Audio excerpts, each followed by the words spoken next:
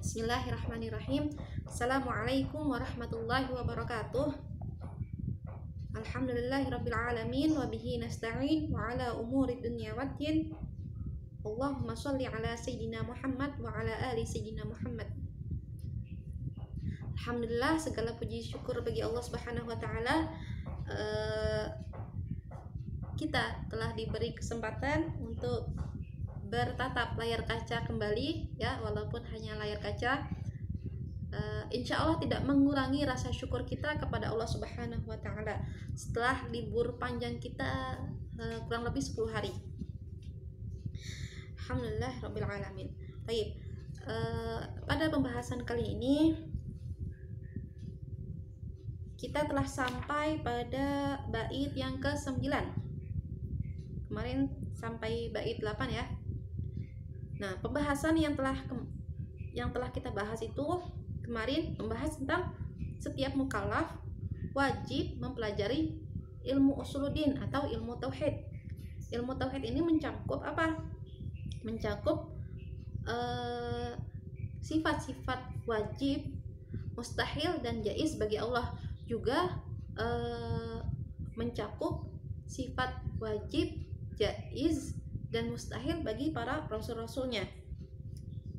Nah, langsung saja sebelum kita mulai pembahasan kita ini atau pelajaran kita ini, hayya naftah darsanal yaum biqiraatil basmalah.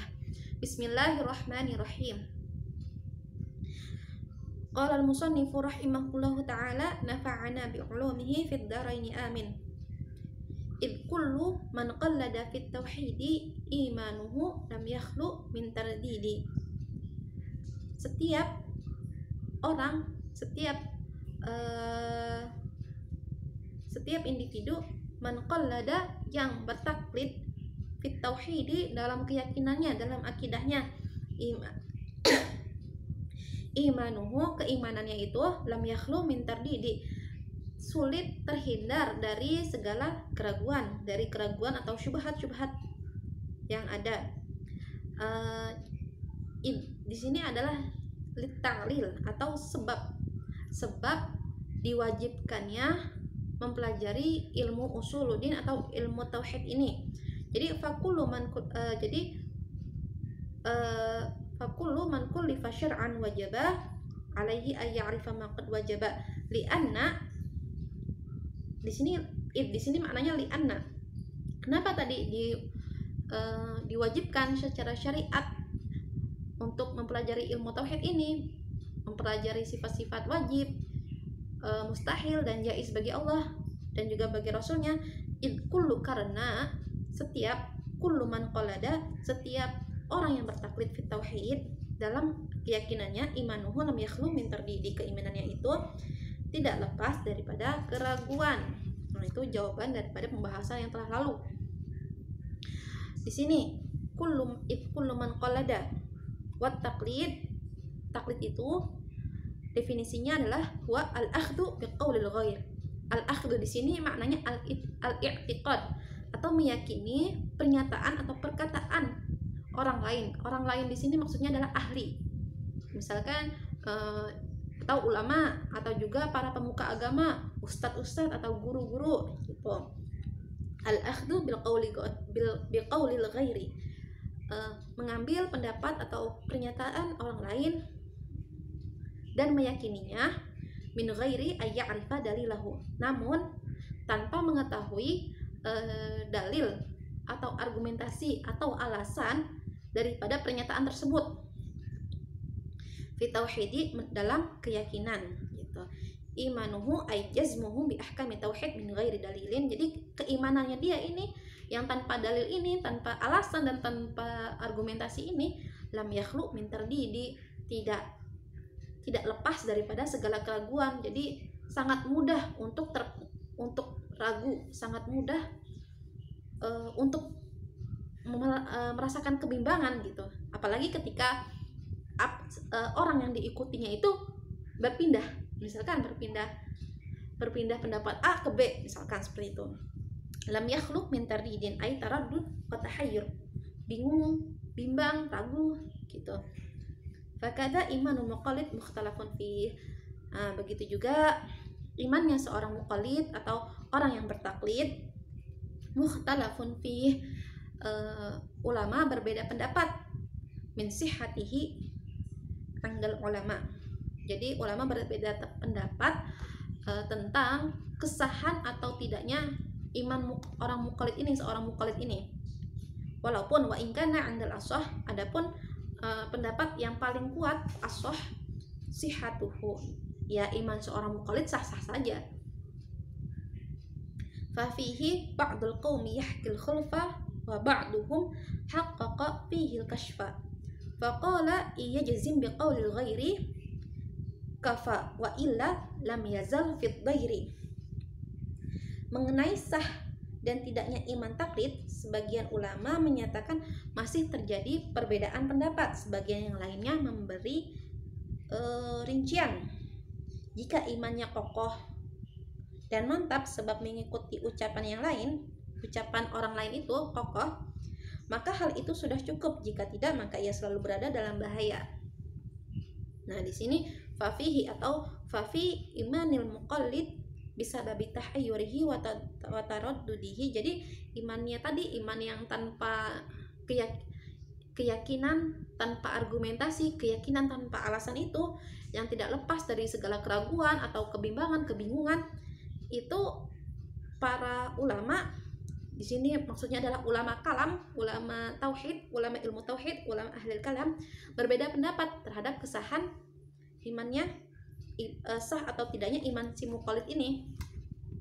Wahasilul khilaf fihi sitatu aqwal, dan khilaf ini, perbedaan pendapat ini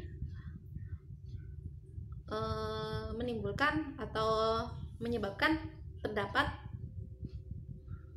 menghasilkan 6 pendapat. Pendapat yang pertama, ada musihati imanil muqallid. Jadi imannya muqallid ini tanpa mengetahui argumentasi tidak sah. Wa alaihi Sanusi. Pendapat ini diwakili oleh Imam As-Sanusi. Pendapat yang kedua, wathani al-iktifa'u bitaqlidi ma'al isyani mutlaqan.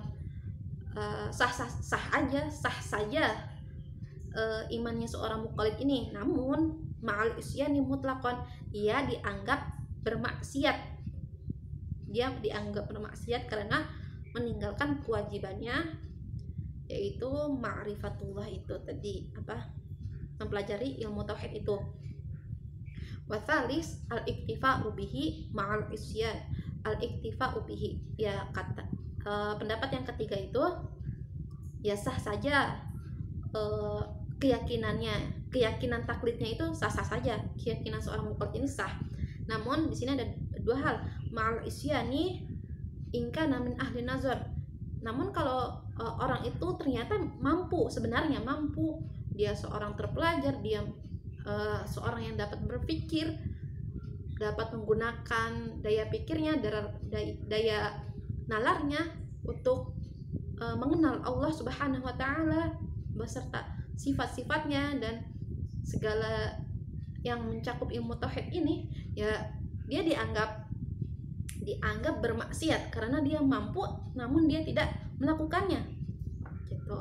Wa illa, adapun jika orang itu memang tidak memungkinkan untuk mempelajari ilmu tauhid atau tidak mampu, dia mungkin misalkan daya nalarnya itu sangat lemah misalkan ya untuk mempelajari ilmu tauhid ini, atau ada uzur-uzur lain yang tidak memungkinkan orang ini untuk mempelajari ilmu tauhid, maka dia tidak dianggap bermaksiat.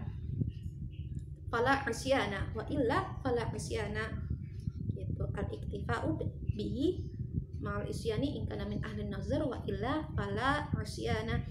Warabi', pendapat yang keempat, man qallada al-Qur'ana was sunnatal qat'iyyah sahha imanuhu.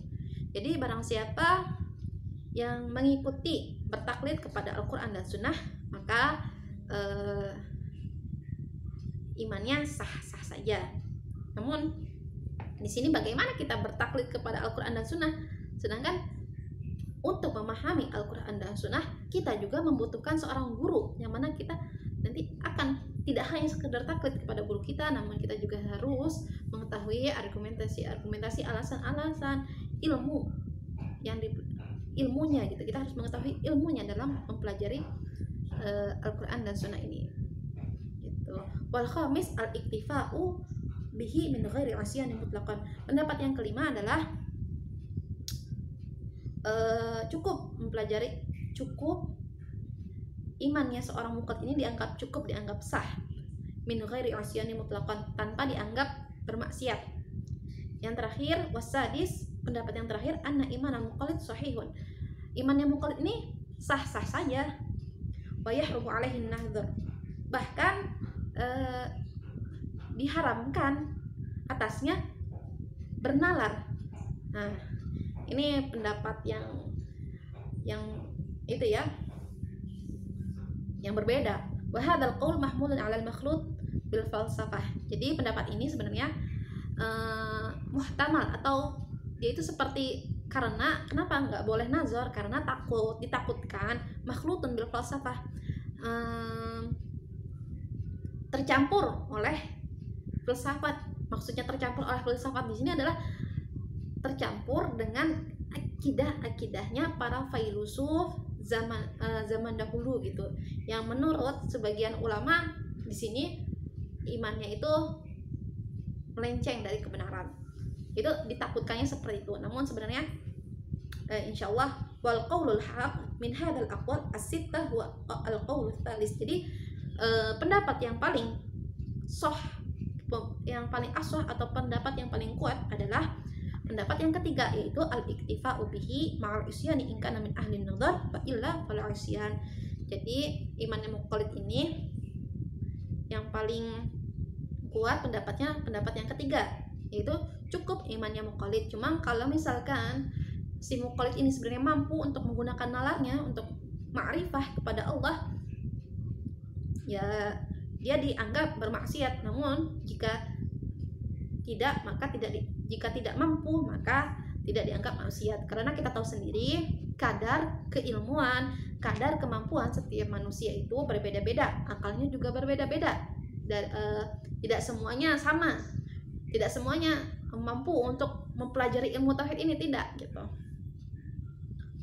Wa ba'duhum seperti Tajuddin As-Subki haqqaqa fihi al-kashfa. Jadi memberi rinciannya seperti apa?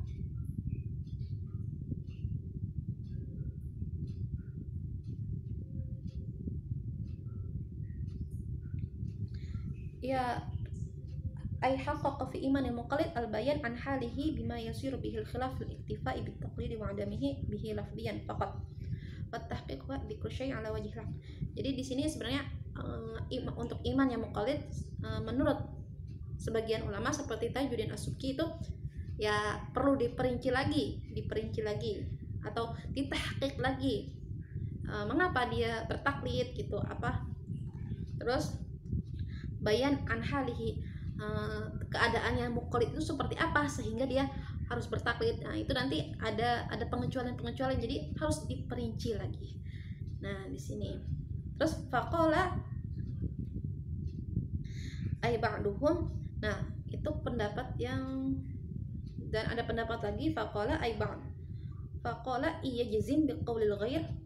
Adapun kata sebagian ulama, kalau misalkan orang ini muqallid ini sangat yakin, keyakinannya itu kuat terhadap pernyataan atau perkataan seseorang yang diikutinya, atau di sini maksudnya adalah gurunya atau ulama, ustadznya gitu. Jazman qawiyan bihaitsu annahu law raja'al muqallad lam yarji' huwa.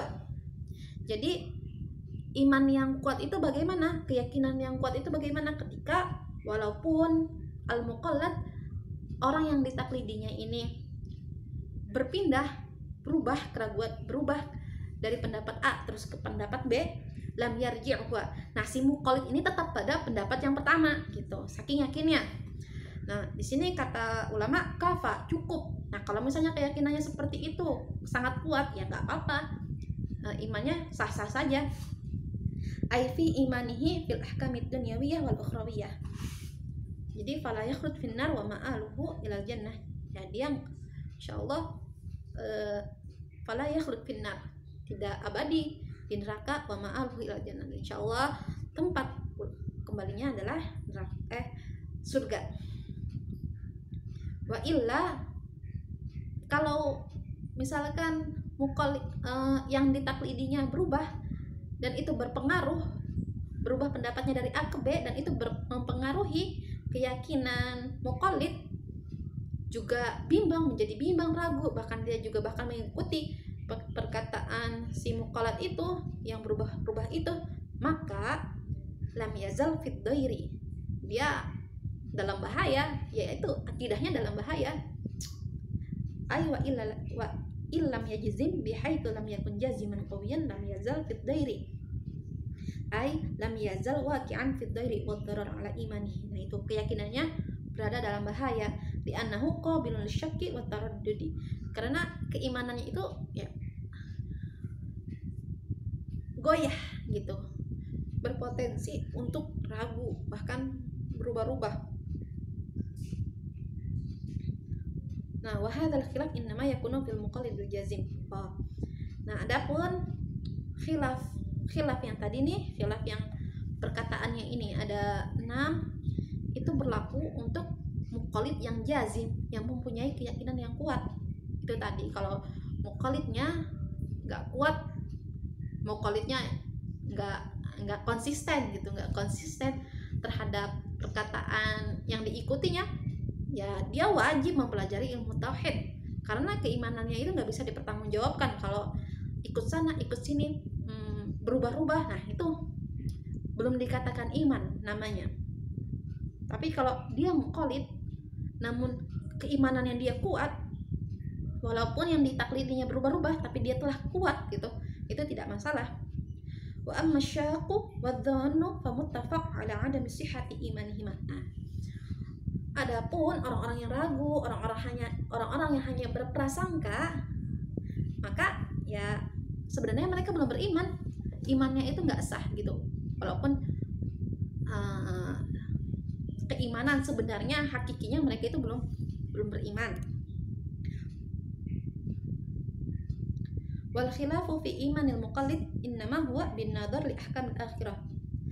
Adapun perbedaan pendapat fi imanil muqallid, dalam imannya muqallid ini, innama huwa bin nadhar li ahkamil akhirah. Jadi perbedaannya itu terletak, atau perbedaan pendapatnya itu terletak pada nalar untuk hal-hal yang berhubungan dengan akhirat atau hal-hal gaib. Ya, hal-hal gaib itu membutuhkan nalar untuk meyakininya. Itu nggak hanya yakin, kita juga harus bernalar, seperti kita meyakini adanya neraka dan surga, malaikat yang kita tidak bisa melihatnya dengan mata telanjang. Nah, itu tidak mungkin. Kita ada sebagian orang yang cukup untuk meyakini, namun banyak juga yang tidak bisa hanya meyakini. Dia harus tahu mengapa dia harus meyakini, apa buktinya memang itu hal-hal yang bersifat keakhiratan itu benar-benar ada. Nah, di situ harus dipelajari gitu. Wa amma bin nadhar ila ahkamid dunya, adapun nalar untuk hukum-hukum duniawi ini gitu, fayakfi fi hal iqrar faqat. Nah, adapun misalkan kita menghukumi orang itu muslim atau tidak, orang itu beriman atau tidak di dunia ini. Nah, itu cukup kita tahu bahwasanya dia telah berikrar atau telah mengucapkan kalimat syahadat. Nah, itu tadi masalahnya, itu kan imannya muqallid itu di akhirat. Permasalahannya itu perbedaan pendapatnya ketika di akhirat kelak. Nah, tapi ketika di dunia ini, imannya muqallid ini atau keimanan itu cukup sampai pada al-iqrar faqat. Jadi faman aqarra bi kalimatil Islam faqad jarat alaihi al-ahkamul islamiyah. Jadi barang siapa telah mengikrarkan dirinya dengan 2 kalimat syahadat, maka maka hukum-hukum Islam, al-ahkam al-islamiyah wajib ia laksanakan gitu. Nah, di sini perbedaan tadi kembali saya tekankan bahwasanya perbedaan khilaf di antara ulama tentang iman yang muqallad ini terletak pada nazarnya, daya nalarnya. Pada permasalahan akhirat, bukan permasalahan dunia. Jadi kalau di dunia ini kita cukup untuk menilai seseorang itu muslim atau tidak dengan ikrarnya, dengan lisannya. Ketika seseorang telah bersyahadat, maka dia jelas, karena dia telah berikrar, dia jelas dia seorang muslim, walaupun kita tidak tahu apakah keimanannya dia itu berdasarkan hanya taklid buta atau keimanannya itu atas dasar pengetahuannya, atas dasar ia benar-benar tahu gitu.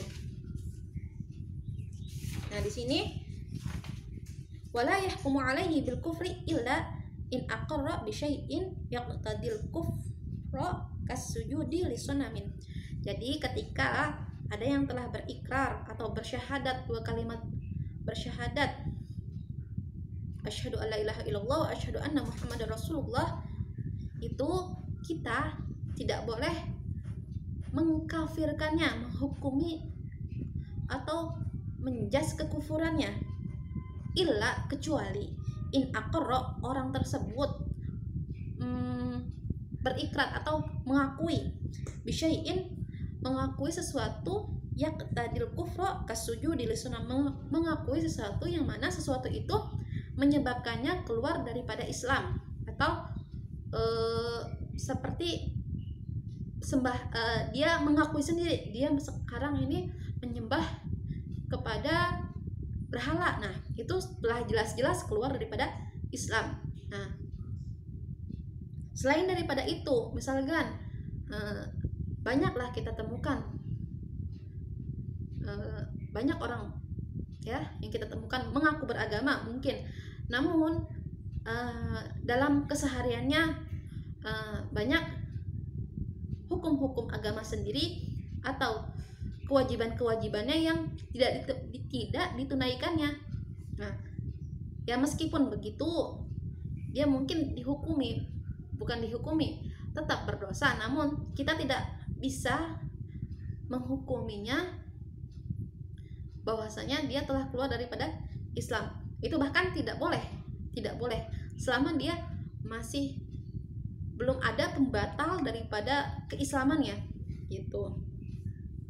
Itu tadi di sini kehati-hatian ulama dalam menghukumi, dalam mentakfir sesama muslim gitu. Jadi sudah selayaknya kita sangat berhati-hati ya. Jangan karena seseorang itu misalkan tidak sholat, tapi kita tahu dia ini beragama Islam tapi dia tidak sholat, bukan berarti dia kafir, bukan. Mungkin dia berdosa, tapi kita tidak bisa menghukuminya sebagai kafir. Itu otoritasnya Allah Subhanahu wa Ta'ala, kecuali tadi dia mengakui sendiri bahwasanya orang tersebut atau melakukan sesuatu yang mana jelas-jelas itu menjadi pembatal daripada keislamannya, seperti menyembah berhala. Bait yang selanjutnya, wajizim bi anna awalan mimma yajib ma'rifatun wa fihi khulfun muntasib. Wajizim, jadi yakinilah bahwasanya bi anna awalan mimma yajib, kewajiban pertama bagi setiap mukallaf itu adalah ma'rifah atau ma'rifatullah, mengenal Allah. Wa fihi, dan dalam ma'rifah ini khulfun muntasib, terdapat perbedaan pendapat.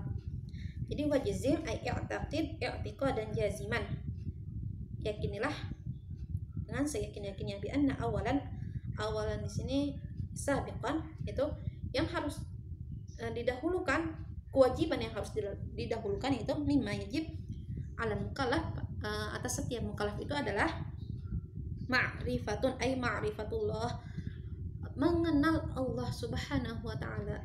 Wal muradu bihi, dan ma'rifatullah di sini maksudnya apa? Ma'rifatu sifatihi wasairi ahkamul uluhiyah, mengetahui sifat-sifat Allah yang mana? Yang sifat wajib, jaiz dan mustahil bagi Allah. Wasairi ahkamul uluhiyah, dan beserta prinsip-prinsip ketuhanan, ketauhidan.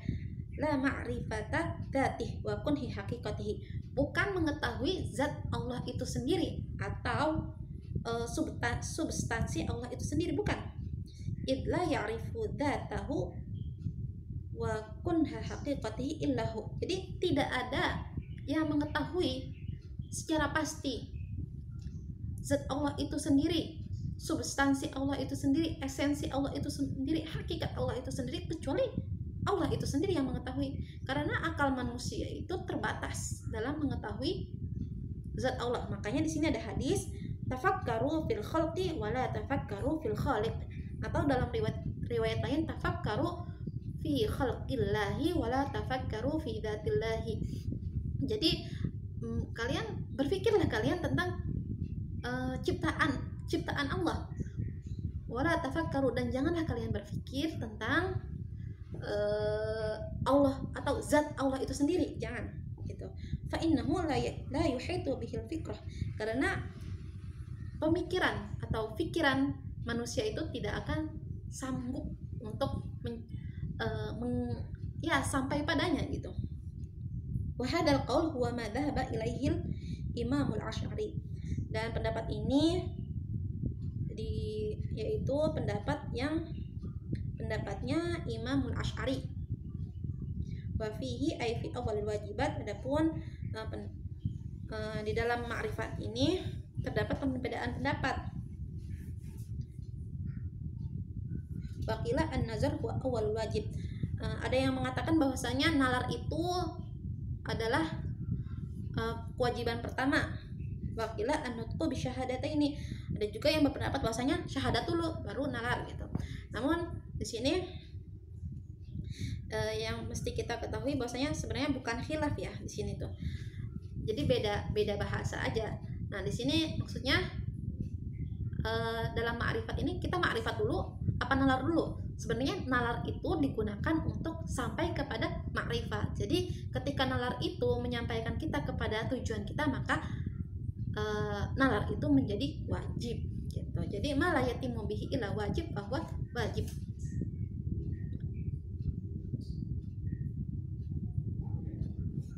Baik, sampai sini pertemuan kita pada hari ini. Semoga bermanfaat. Kurang dan lebihnya saya mohon maaf. Nakhtatim bilhamdulillah, alhamdulillahirabbil alamin. Wallahul muwaffiq. Assalamualaikum warahmatullahi wabarakatuh.